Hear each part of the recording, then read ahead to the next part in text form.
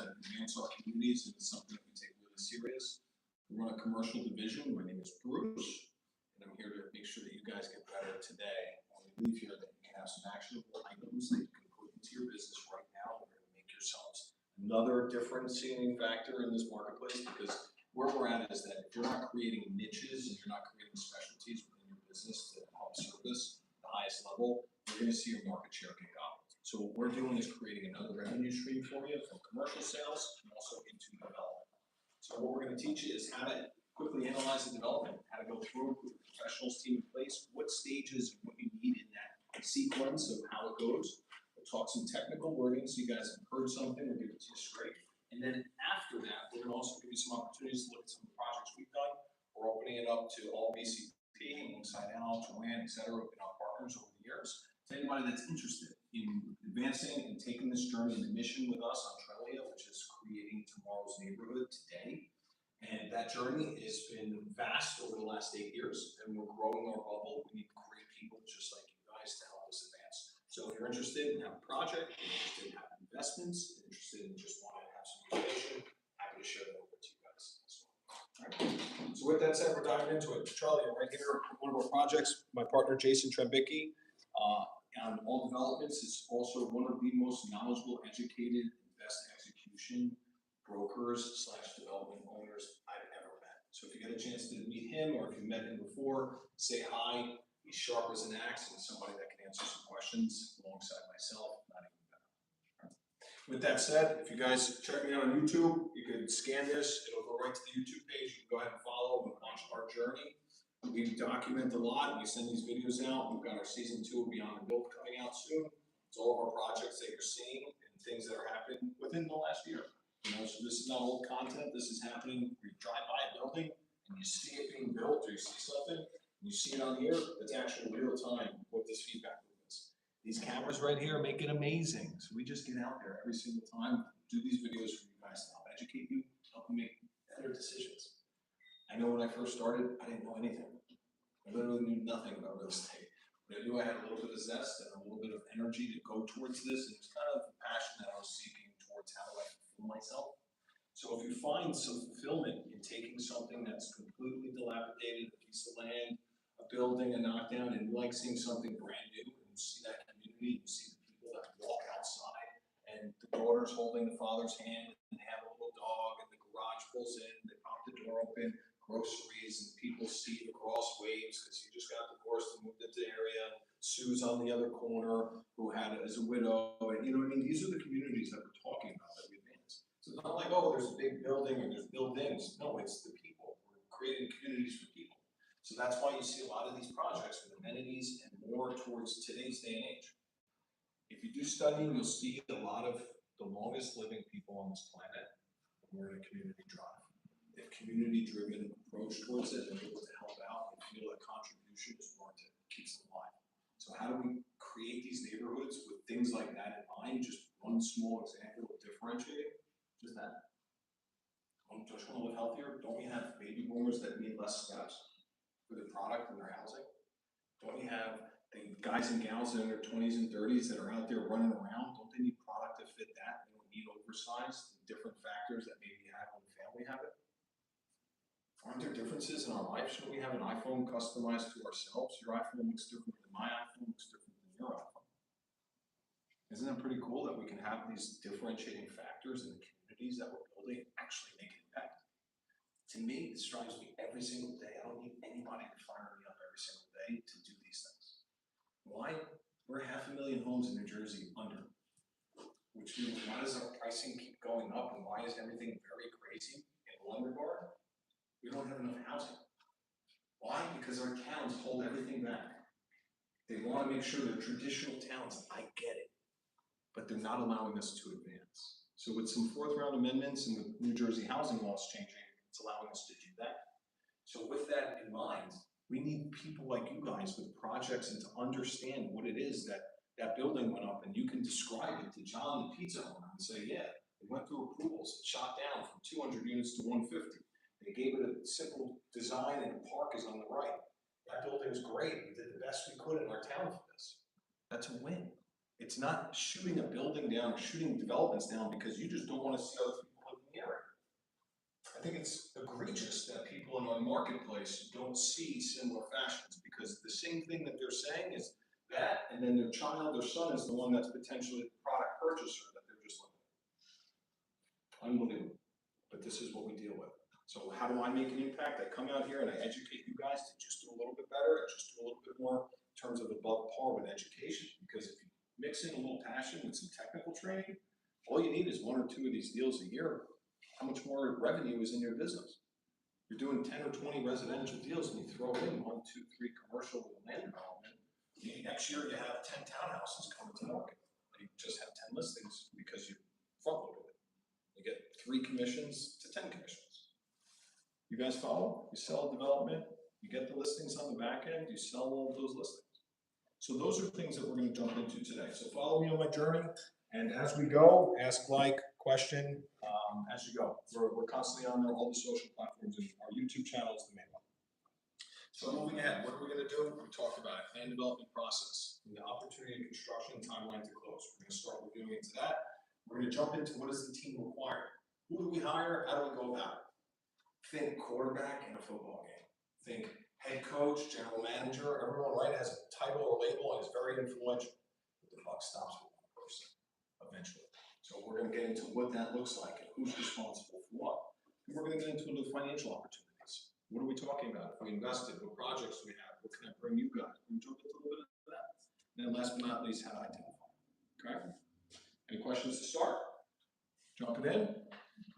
They may be drinking like from a fire hose. You're right with that. I went down to South Orange, Okay. and they're building all this like kind of what you said, apartments with everything in it. And that one floor for seniors is amazing because they have everything there. You can appreciate it. Yes, but also you have to deal with certain towns that are very tiny and you can't do anything like that. Yeah, we'll say that. It's each town that has a changing streetscape that we call it, where some towns, where you have to look at it. If you wanted to jump into a town, my suggestion is always look at one town that you know really well, and then size up their master plan. The master plan is going to tell you what the town is planning to do in the next 5 to 10 years. So if you see that they need housing, you know, i.e., if you Google or ChatGPT or Gemini or Claude or Anthropic, any of these things, go into what the affordable units are in Tenafly, New Jersey. Tenafly is vastly, and they fight like heck to not have the affordables in it. All about it. Every town's different, right? But they have their obligation to their owners of the town to try to make sure their unified voice is responding on behalf of them.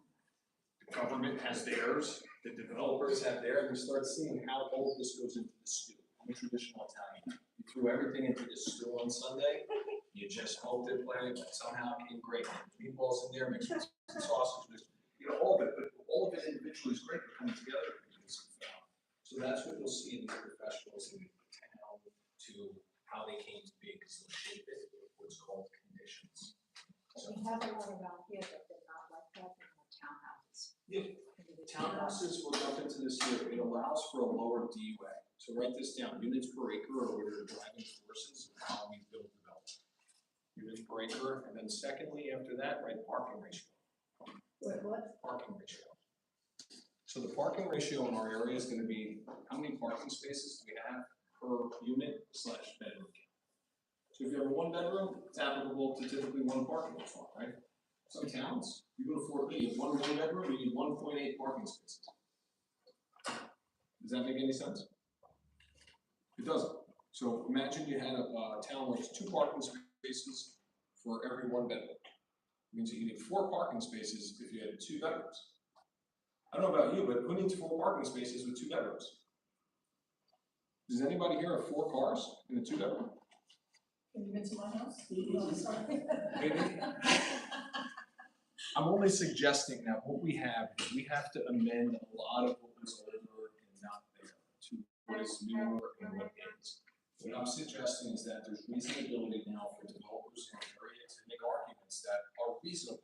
So for a townhouse, you can get a lower DUA, which means units per acre. But you get a bigger product. So in our area, a bigger product warrants a bigger sale price, but possibly not in Iowa. Possibly might need that smaller. So for us, we go larger in order to get a bigger product. So townhouses can get a bigger price, which means that you can pay more for the land to be able to sell multifamilies, the same aspect. But think about it, if we had 10 units an acre and you were going for 10 apartments, or maybe you were going for 20 apartments or 30 apartments, the 20 or 30 apartments may be the same as the 10 townhouses, economic-wise. So the town's more favorable to less units, a more desirable grand luxury product with the rateables and the income that comes in from taxes, so they're more apt to want to look at a townhouse. Because it's less dense, there's applicable parking, garage spaces typically, parking behind it. You follow me? Multifamily is like surface level like this. How many spots can you fit? That's really good question. All right, permission to move ahead, guys?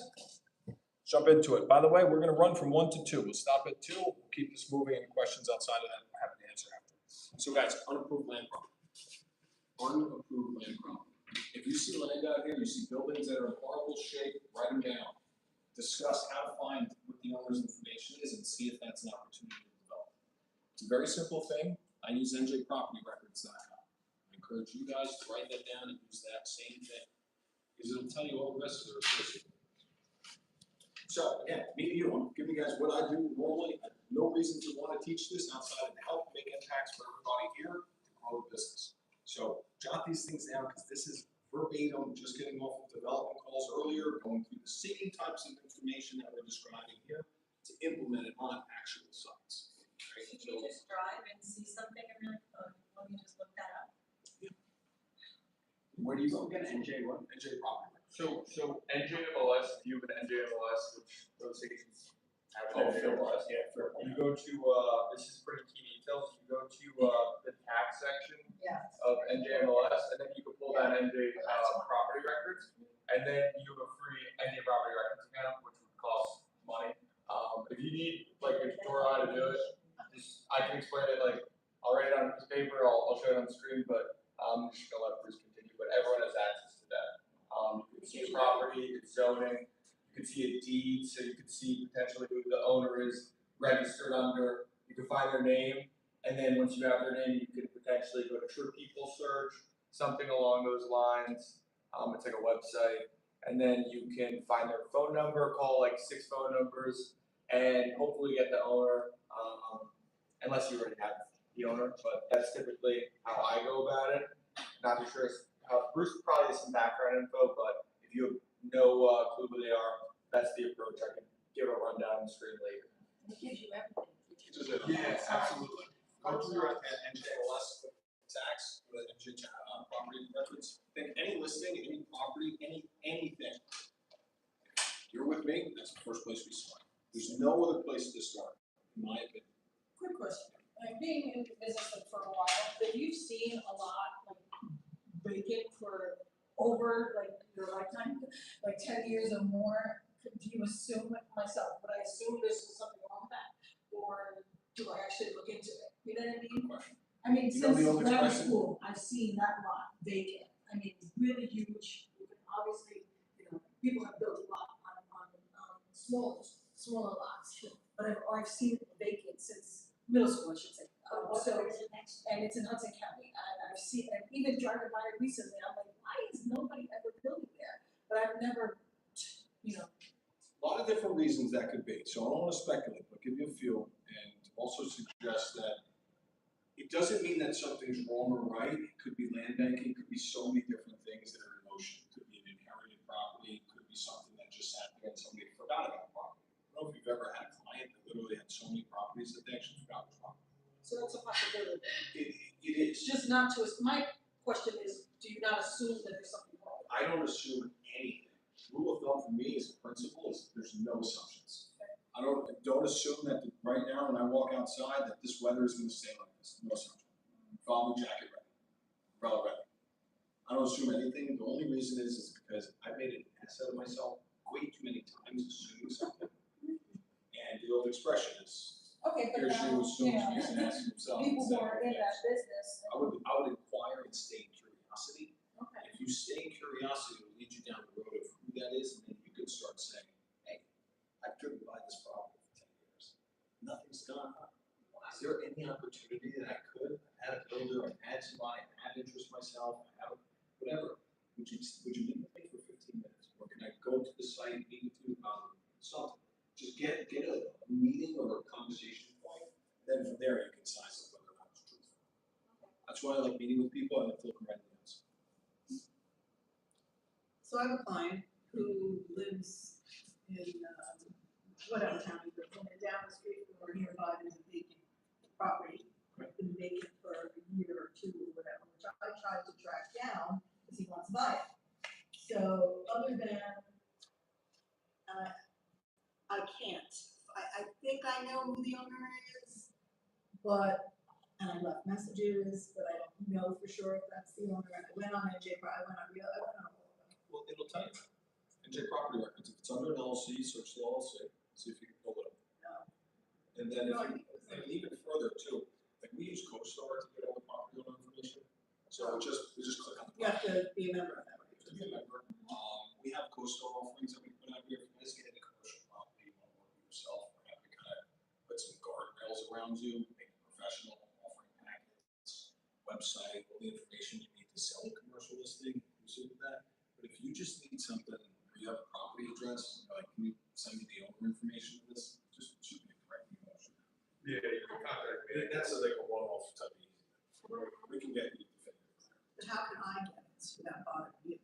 Or, I'm Would here you to be able to help out, I'm help right here. so just give me the address? Yeah, if you shoot me an email, shoot me the address, I can do my best to try to locate it. Just go to the It's like, What's my name's Adam Sujak, and then, my email's operations@ergteam.com. And Thanks. It's a simple I process. wanted to ask you, can you get that if you put an offer report on the town? Reports are different than paid for reports. You No, get no, everything. the town will give it to you. Some make. Tell them you're real estate, Maybe you're better negotiator than me. but I'm saying, would NJ I Property give, Records is the same. no, but she's saying she can't find who it is on that. I think I know, but I have to go back because this was a while ago. Yeah, if you check the title of who the actual owner is, and I'll see that'll give you that. And if you go into CoStar, we just click the address. If I went to CoStar, I put the property address in, and it gives me who the owner and the information is for. So that's where. Even if you're not a member, but you're a member. Yeah, but we'll do it for you. Oh, okay, That you came here to learn, I'm gonna give you something back, right? A little help here. thanks. Some other offers? Any other question before we keep going? Yeah, that whole parking lot there, what's up with that? Is that condemned area? Because they're building townhouses, they just got, You guys know bright news, right? But they're building, Yeah. that's because of the Benjamin. Yeah, and you guys know yeah, I Benjamin's know, about they're to building, start. no, I already know it, before they even sold it. Yeah, 100 But units. We know the developers building out. They're great people. The development's gonna be rock star. Yeah, These developers are amazing at building 100 units. Who's the developer? They're very, very seasoned people. who are they? They're, Russell Pino, yeah. so they're very reputable, very good standing. They build great product, great people, great family, all the They good stuff did up that the you want. street, in Cresco. What's it? They've done, Park. they've done a lot. Yeah, I know. These are- So that's why I'm these saying, do what's this the story product now every with the single- parking lot, what are they gonna do there? Let him educate us on We'll the go, other stuff. yeah, we'll go through this. I'm here to help. I'm with you on that. Out of respect for the class, I will continue onward, but we can talk about these things. No problem.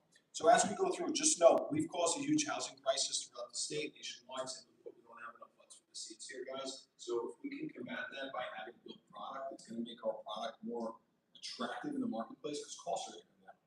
If you have a supply and demand theory and you have no supply, what is demand? Skyrocket. Price hike. So when we build, we start combating. Now, are those prices high maybe for certain players and areas? Maybe, but what it does do is tells you that the marketplace for the other units is a way better deal.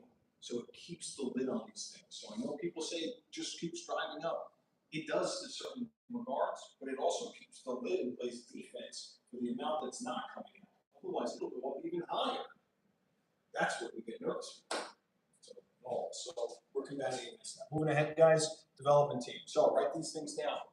You're gonna put a development together, whether you yourself as a principal wanna do this, and you're like, you know what? I'm ready to go. You've done nothing, or you've done a million projects. Everyone's gonna have to go through the same bottleneck of putting a team together. So write this down. If you're doing a development, i.e. a single family, you're doing a multifamily, you're doing 100 units, you're doing 300 units. You're gonna need a development. Starts with your zoning attorney. Just write down localized zoning attorney. Localized zoning attorney, that's what you're gonna wanna write down. Architect. Thank you. Architects vary in cost. I'll give you an example of some varying costs. On the project bid that we have right now, one of the architects was $50,000+. The other architect was $24,000. Difference, right? Somebody says, hey, that costs this amount, this costs that amount. Same type of deliverable, they're totally different project costs. Imagine you had that on every profession. You have a double bill. So what I'm suggesting is that sometimes you do have to pay it because it's the better professional, it's the more reputable, it's the one the towns want to see, so sometimes you do. But zoning attorneys are localized, and an architect, especially if you do, we have a great architect with an engineering background. Why do I say that? Because you want an architect with an engineering background, otherwise they are building Taj Mahals out there. They're building the most beautiful product you've ever seen, that costs 3 times the amount of the product that we need out here for actual. So curb your architect to make sure that they have an engineering background with the wording and write it down, cost engineering. How do I cost engineer the sign? You talk to a professional about that, it's gonna be how do I reduce the construction cost of this? They're gonna know what you mean. Which is simple words like this. Inject into your business. You're gonna see a response of, wow, it's been month ago. Spent a little extra on an hour on a Wednesday or Thursday to learn this. You dug in, you watched some of the videos, I trained on all this stuff, you asked some questions, you got a lot, you isolated, you got your first deal. And this is what's gonna occur, whoever wants to jump in. That's what the sequence would be. So a planner, town planner, write down, this is kind of the quarterback of the professionals team. They make sure that everything is going and they keep a lid on everybody. So what do we look for? Chain of command. Town planners typically that chain of command before ownership, shareholders, right? Think of these things as the difference because somebody's tending to all of them, they're making sure revisions are happening. To your point, here, there's a townhouse site, maybe that's townhouses. But the town came back and said, you know what, we don't want 30-foot wide by 50-foot deep. We actually want those ones to be 24 feet wide, 48 feet deep max, and we want you to do this, this, and this. So 2 weeks, 3 weeks go by, you have to do revisions on these plans, you have to go. This is the type of things that we're talking about, and why you see it take longer, why things don't mix. The town could say no and throws it right off, right? Or they can say yes and then go back and say no. You play with it. It's the reality of the game. That's why you have to play chess and not checkers in this. And if you're not playing chess, you're gonna get gobbled up by somebody that is.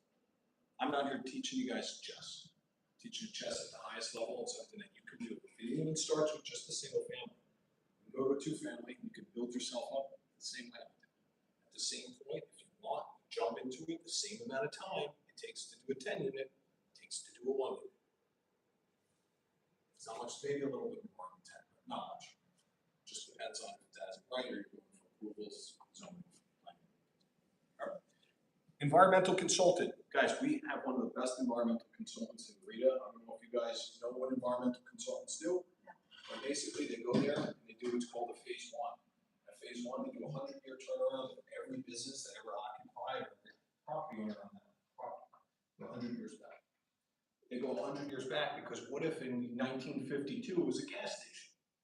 But in 1954 the fire happened and they ripped the gas station out. And then all of a sudden in 2026, where are we? Houses all around, right? Everything's fitting. Could have never imagined that. Title searching for the Years area? ago, they did. Well, no, it's not title search. This is way more invasive than Swimming for the area. This is more, they're going 100 years back on every single thing. And who is doing that? Paying a lot of money. Who's doing It's that? an environmental consultant. Are We they use Rita. the same one that do the phase 1, phase 2, and wetlands that you have written? Well, environmental, yeah, wetlands is separate from the phase 1 and phase 2. Phase 1 is, hey, we found something in this 100-year plan that actually looks potentially of concern. We suggest you do a phase 2, do some testing, go through with the test pits that are on there, and then they report back. It sucks if you have to do that. You ever seen those machines that throw the things in the ground? It looks like a spear almost, just going, that's because they're going 10, 20, 30, 40 feet in the ground to see what's in the soil and water. Because you, I, and all of us are drinking this stuff. And you, I, and all of us are eating this stuff.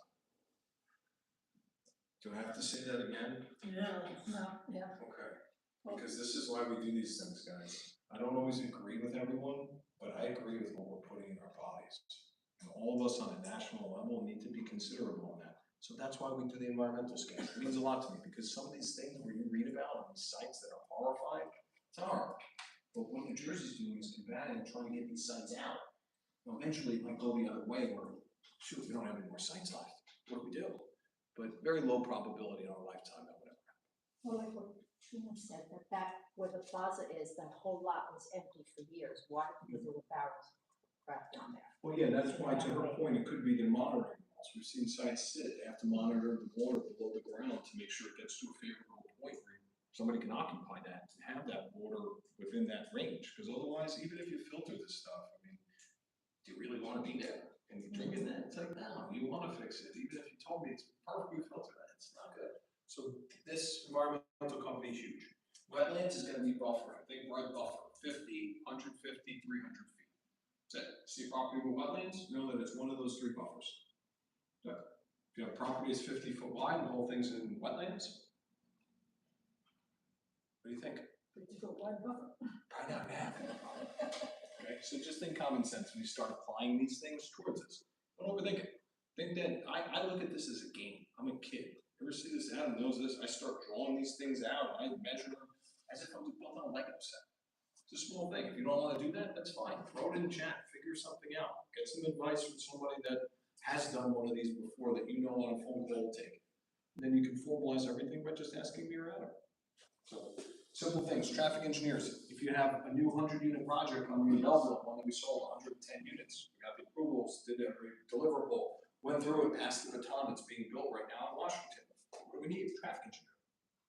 How many of these apartments are going to be coming out at peak hours and off-peak hours? That's what they're looking at. You'd be so surprised about the little amount of traffic that these buildings actually produce, and how much more traffic a gas station would produce. Think about it. I'm a mechanic at a gas station. I got cars coming in every single day. What's a heavier car count, that or 15-unit building, where John and Sally, half the building work at 9 o'clock in the morning, the other half work at home, or quarter work at home, and a quarter work both at the cafes, or running around in trucks. That's what we're seeing. So again, just some things to understand with traffic engineering. Municipal team. Municipal team is going to be the town itself. You're going to have to, in these developments, you pay for the town with escrow agreements and things like that for the town's professionals to review all this stuff. So not only are you paying your professionals, you're also paying the town's. Is there a cap on that? No. They can make you do, we did bi-weekly meetings with the town of Belleville for 6 months. Had paid professionals the whole 9 yards. Again, is it worth it? Is the juice worth the squeeze on these developments? It is if you know what you're doing right, you can go through it. Sounds like a lot, but in the risk analysis, When does the part of, when you, I forget what it's called, I'm sorry, forgive me. When you give, money towards, I don't know, like bettering a recreation building or building fields, you know what I mean? well, giveback's happening. So I'll give you an example on one. Hackensack, we had to give back about 75 feet of sidewalk that they wanted to replace, that they needed. So sidewalks all dilapidated and trip hazards and this. They said, man, we're gonna approve you. Can you do this for us? And it's that sidewalk. It's the town's way to give and take. Talking about this. Yeah, that is that. But it was, Town would have to spend the money if we did. but it was more of a. Fudge. What is that? Oh, sorry. It was more of a, we're giving money towards the town recreation to build the fields. So contributions. Yeah, well, when the talks of that happen? They're not really talks of that. I don't go towards that direction. I don't do contributions to towns and go into the politics of that because I think it's not received well. That was more of a traditional model when we had good old boys clubs and girls clubs back in the day. I don't believe in that. What about the tax I believe abatements? I'm willing to add value to the towns with the best value we can produce, but it's not going to be at something that I would consider below par. Okay. You follow me? In that case, what we would look to do is maybe deliver a park and give something back, but it's not like you're giving them money to contribute, you're giving them the space and the contribution. So it's kind of a little bit the same thing, but different. Well, so when things like that happen, is it written that it needs to be specifically for that, or is it like say, and then the town forgets. No, they don't forget, you have a memorialization, and this is a process as we get through, I'm gonna talk about this. You have a memorialization which writes your approval, and that is an affidavit signed agreement that states what it is with the minutes of the town board meetings in place for public view. So no, I don't think that they'll go down that route. What they will do is include the 75 feet of concrete that you need to put into that area, they'll hold you to that. If you tell them that you're gonna contribute a piece of land for a park, they'll hold you to it, and they'll put it in there, that's fine. We've done that in different areas, but it's never money, in terms of that. It's just project oriented, so I wouldn't lean towards that, I wouldn't go towards that. That to me starts, smelling like corruption in those animals, and I don't go near that. I would highly suggest.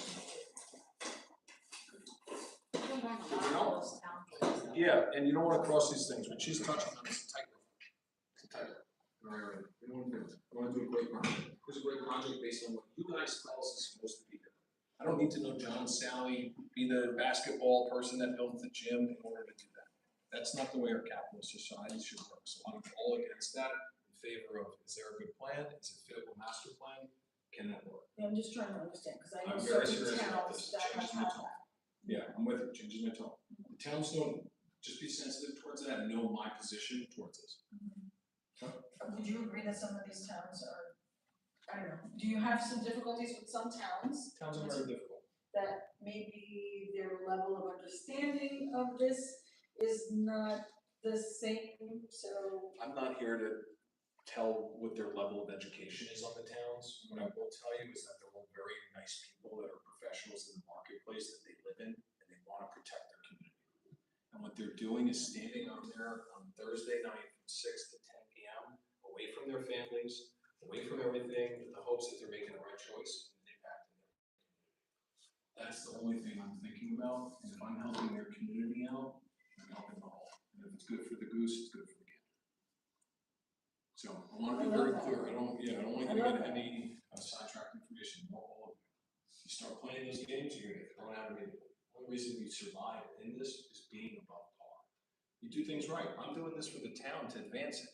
At that point, I wanna create a park or do something further, we have the right to do that, but it's not gonna be something where we have to give them money or anything like that. And my last question on the testing, Yeah. does it involve, testing for like, the people that come in, like families that come in, like how would it affect schools?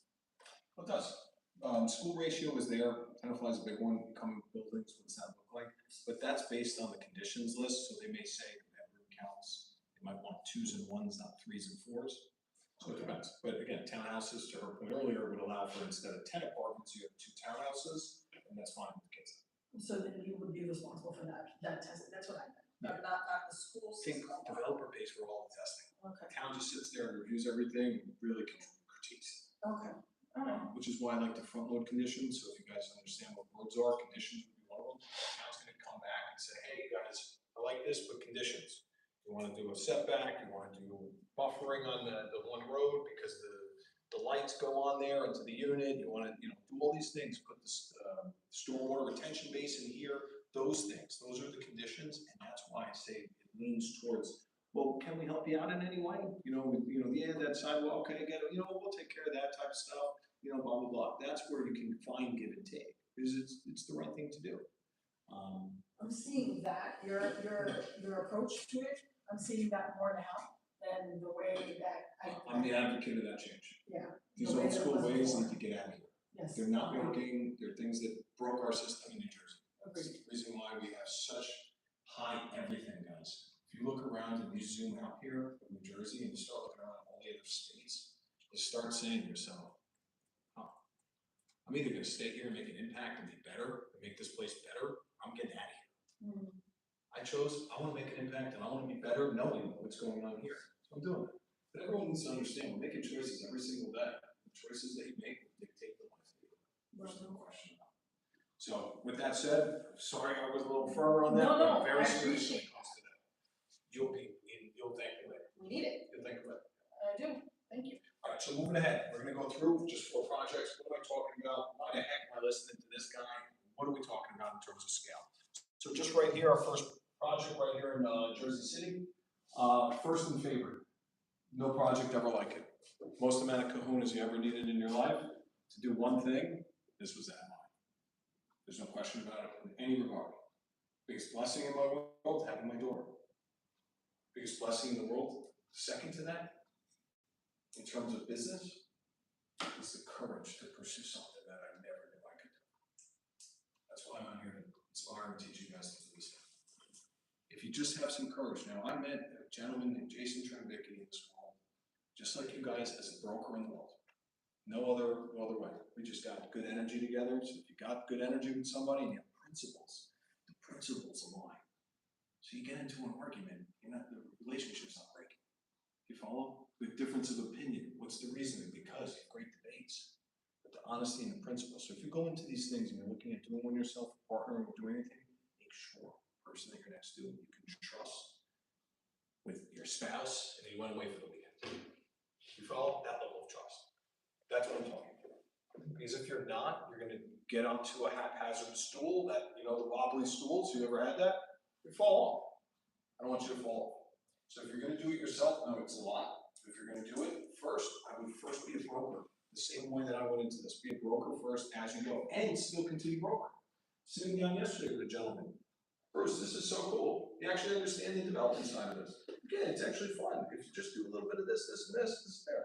That's great. Last broker showed up, asked me what I thought we should develop here. I said, oh God.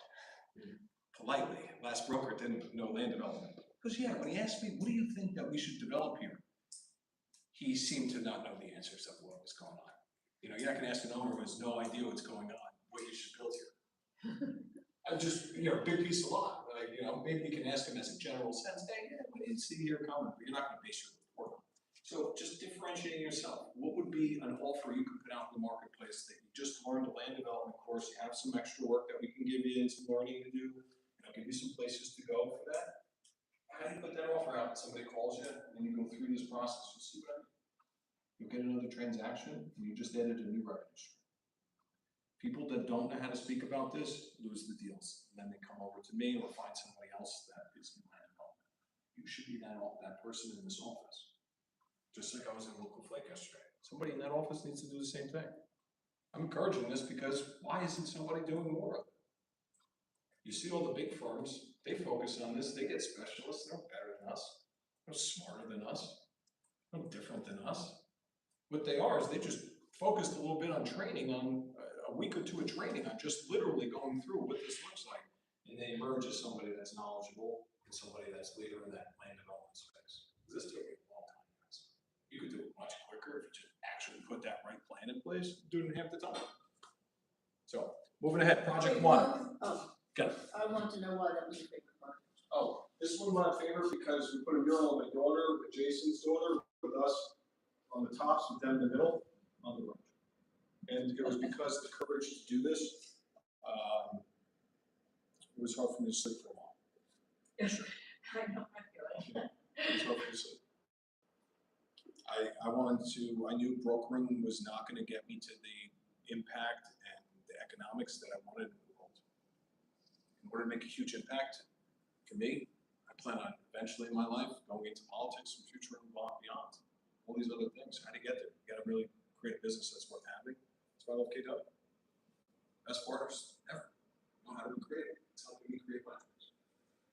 Living my life by design instead of by default. I should have said, come on, when I get older and I'm looking back, I won't say it. I would have left everything out.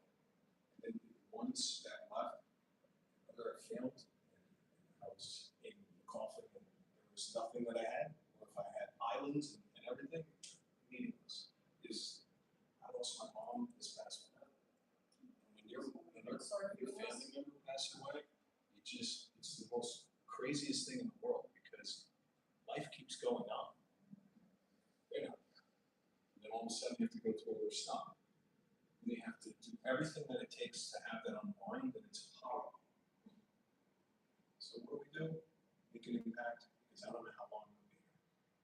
I don't know how long any of us are going to be here. I'm going to fail freaking trying. So if you guys want to be in that same type of persistent fail trying mode and make something bigger of yourself, I'm going to take you on this. Right? So this was that first one at 660 Grand Street. We had it from this one. It was a dilapidated art studio where I went to a party there once, and there was a fire breather with acrobatics people on it. That's serious. It's an art studio. Craziest party I've ever been to. One of the most fun, too. It was absolutely insane. I mean, I've never been to anything remotely close, where people are dressed up, all costumes, and this is a normal Saturday night here. You know, this is ready to go. So what did we do? We turned it into this. We partnered with amazing developers. Passed the time, we turned it into 33 bucks. I mean, can you just go back to the original one? Oh, so you didn't touch on this side, right? Just that side? What's up? Yeah. So as you can see, these are apartments, stacked flats, adding a floor, making it look nice. Now, ever since that was done, 5 other projects in the area right around.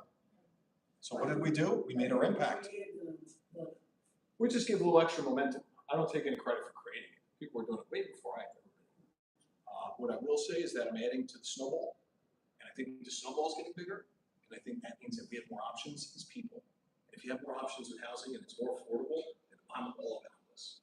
I'm all about that, guys, because we need new product. You guys go around, most of the houses that are in Bergen County you see that are older, they're 70s and 80s built.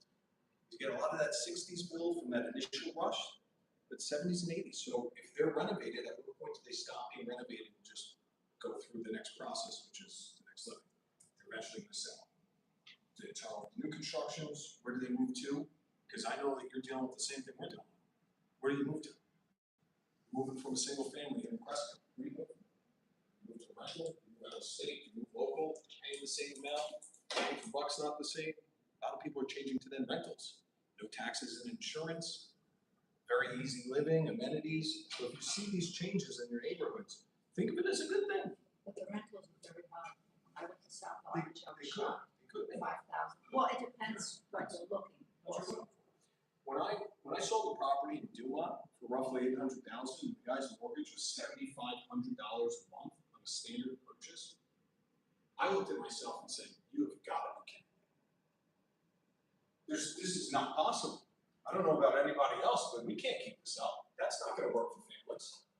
How are you supposed to then pay for a babysitter? How are you supposed to pay for gas and food? How are you supposed to then pay for anything else on top of this?" Guys, nobody wants to be house poor in today's market. Maybe back then, nobody. They'd rather rent something, have some extra cash, put it in S&P, do something else, because investments are on our phone now. Make money on your phone. Control swap accounts right here on your phone. So it's a little different. So if we're not changing a little bit in that, we're going to call it an alt. Now, it doesn't mean that alt and it was good. I'm not going to say that. What I am going to say is we have to try to embrace it at least, and then what we can do is curb it. So instead of a developer putting a 10-story building here and making it crazy, we're able to curb that one. That one's 4 stories, nice height, fits, right? Instead of somebody else jamming down the throat. You develop, is it buy it to hold, or is it just to sell off? What's your Strategy in ours is, it's got different tranches, but our strategy is always to develop, bring entitlements into place, partner with developers, and whether or not it's held, sold, it's private equity model, 3, 5, 7 years, 10 years max. Each case different. We sell with 1031. We have passive income, minority type shares. But they vary. Every one of them's different. Some of them we sold off. So it's kind of like, what is the opportunity that we have in place that protects ourselves and our shareholders? That's the only thing I think about. Because if I'm with that in mind, I'm always making the right decisions, bouncing the right questions off of it.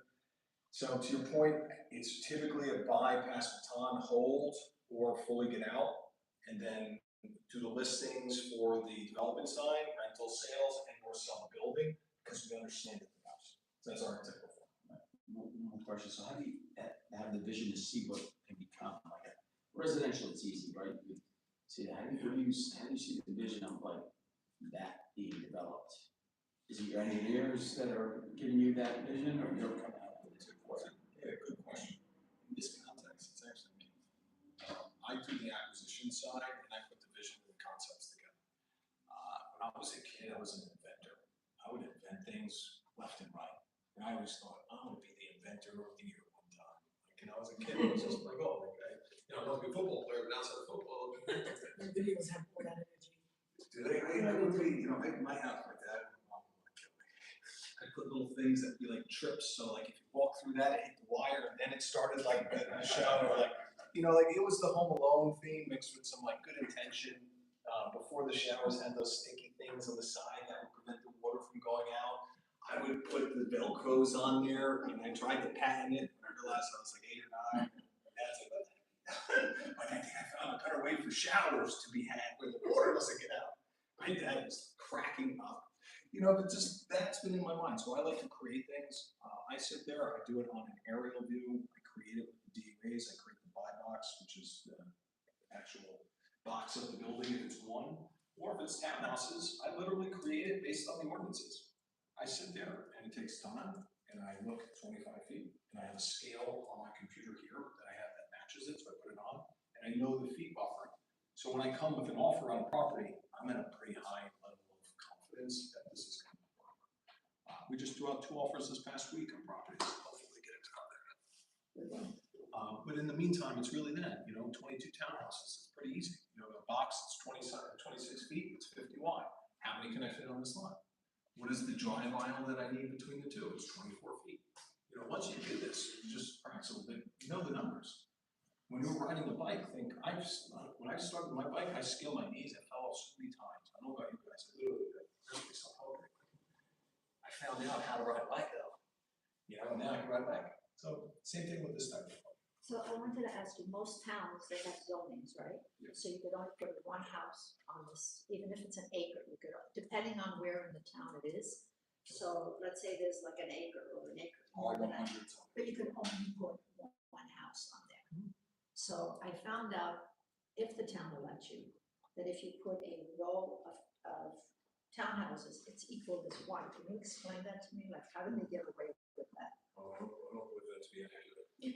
Well, they're doing it in Everest. It doesn't mean that they're doing that, it means they're doing townhouses, but I don't know if they're suggesting it's on one lot in the block. It's a one, it's a It's the only way. one house zoning, but what they did is to allow the townhouses, is they put one affordable housing, and you know, you lost it, you know, No, they but those went, are fee simple, huh? those are fee simple sales. Unless they do an HOA, we're working on a project with 14 single families, where each of the mailboxes would be at the front of the property, because it's 14 condos per se, right? They're all single family houses in a lot. So that's what I mean, there's technical That's what I'm saying, designations yeah. and things, I don't know enough about that to kind of. Well, that's speak a whole further. big issue. But what I will say is most likely, they got it through the ordinances somehow, some way. Well, it's a whole big case, we won't get into it, but. Yeah, no need to, but these things happen. So there's always a one-off here. The language is so different. Moving You know, ahead. what I started doing, if you go to your town meetings, when they start to plan, can you, cannot, you learn a lot from that too. Well, you just hit on something, there's Sure somebody did. yesterday in our training session too, and thank you for reminding me. Guys, this is how I started too. I went to the board meetings for 2 years on the towns that I was servicing. There's 5 towns, I would go to the board meetings. Now, it switched into Zoom, towards the end of like 18 and 19 and 20, when that started kind of COVID stuff happened. So we started going on the Zooms during that same kind of mix of it as well with the towns that I wanted. And you'd be surprised, you meet the attorneys, you meet the land use professionals, the environmental, you meet everybody. They And come you with size the up. drawings and the You art. size up, here's my team. Wow, that guy knocked out of the park. This girl was amazing. You know, this person, whatever it is. And then you're like, hey, I want to use that person. And that's what I've been doing year over year. And we look at it local-wise. We look at it, who's the best fit here, not who's my cousin, who's gonna save me the most money. It's the truth. If you go with the optics around it, but seeking truth and accuracy, you'll never disappoint yourself. Maybe you are because it's not what you want, but at least you have the truth. The worst thing in the world you can do in this is mask yourself with what the accurate truth is. Rents, inflating rents when you shouldn't be, and you know the developer's not gonna hit it. Don't do that. Well, you know what I mean? Small things like that add up. And then all of a sudden, trust is velocity. Because once they trust you, and they know that you know what you're doing, they let you run. You know, I put in LOIs in front of property owners all the time on builders that I know that they'd be buying it regardless of this, and I just told them, just in case. You follow, you have to be able to get that level of understanding, which doing 1, 2, 3 will get you that. So this one in 475 Communipol, 40 apartments, it was a gas station right outside New York City, we turned into 40 apartments. This one was really cool. I have to say it was a labor of love. So, 40 apartments.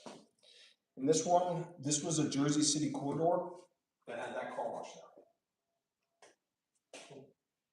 I don't know about you guys, but if you could turn a car wash into apartments, you could turn it. So if you see a property, you're like, what is that? We just turned a 2-family into 20 apartments in a neighboring town right here from Tenafly. The neighboring town here, we just got it approved. 2-family. Into apartments. Yeah, and the other one, 660 Grand Street, technically that was an R1 zoning, a residential 1-family zone. So you You get, can't make this stuff up. Right, so how do you identify that? Like, how do you know that you could do that? You don't. You don't. You don't. You put a plan in place that you think could work based on the knowledge that you have. I mean, development knowledge is simple. I start looking at it through the optics and I go through my checklist. As soon as I understand that this could work, it's a risk. It's a 50-50 still. But I gotta get myself up to 80% or above before I can attack it. Otherwise, I don't have confidence. I never walk into a casino with a 50-50, even though maybe we do, we have a little bit of fun, but I'm really talking money. I gotta have 80% or above, otherwise I can get shot, killed. You know, on these levels, that's the amount of money it is. So Ray Dalio theory kicks in, which means that if you could do 5 to kind of de-scale yourself instead of 1, chances of success are much greater. So my encouragement to you is to not all put your eggs in one basket, is to grow something more than that, so that one of them falls out, you're still good. That's the whole thinking. That's where we apply ours. That's our principle right from my foundation business. Is it the planning boards, and maybe it's different from town to town, that approve the development plans? The planning board or the zoning board. The zoning board is the tough one. they're the ones that- They're the ones that you have to go through when you want to change it. Hey, I want to turn that corner commercial property into a gas station, use change, variance, think class D zoning variances. I want to turn an industrial property into residential, class D, anything major. The planning board is more as of right. So when you go to a planning board, you're as of right applying for this plan, and what you're telling you is bump the windows in more. You know, cut that one side. John on the back's gonna get the lights from your car. Make sure that there's screening on the pulling. That's how detailed they'll get. When John shows up and says, I don't want that, with those lights coming in there, you're gonna have to put a screen. But it doesn't mean they deny it. It just means they take into consideration the town's personnel, because they're the ones that are paying all the tax and hiring those people to make the decision. But it doesn't mean that they're gonna say yes, no, or indifferent. It's case by case. All right, moving ahead, this is what the building looks like. This is fully rented right now. Where is that? In Jersey City, 475 unit ball, you got a racquetball and a pickleball. You got a daycare, you got 22 garage parking spots, rooftop views. So you bring this to, you bring your proposal to the new one, You submit a formal to application the owner. in terms of what, which step are we on? The first step, you bring your proposal to the owner of the property, right? And then you put the team together Well, of, no, put a proposal first, and I'll say, does this work? Typically, the way that we handle it is that if you own a property and that property is run its course, maybe it's commercially or residentially, you're not gonna get the value that you would out of a developer as is. I.e., hypothetical numbers is very, very straightforward. I.e., your property's worth $900, $1 million. But to a developer, if you gave me 6 to 12 months to curate my plan, and it's a high reasonable plan, I'm gonna pay 1.5 million for it. who's gonna pay for it? The developer. Because on the back end, I'm accomplishing my goals. Okay. That's why we call it $50.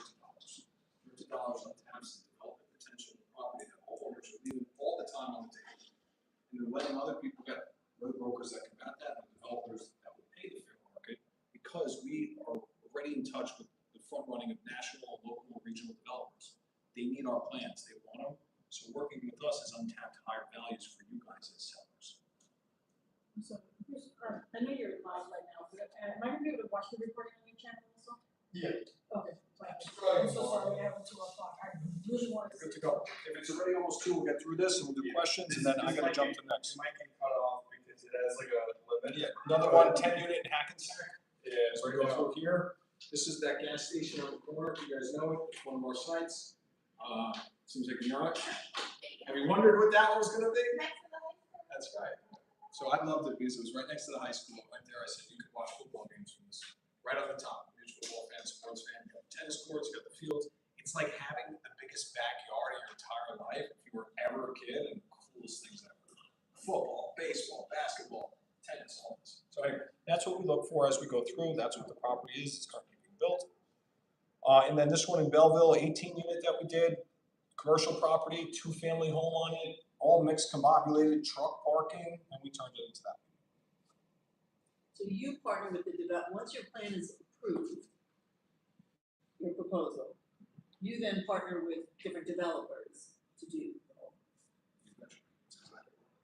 So we can put it in play because we all, it's like putting two components together to make one whole.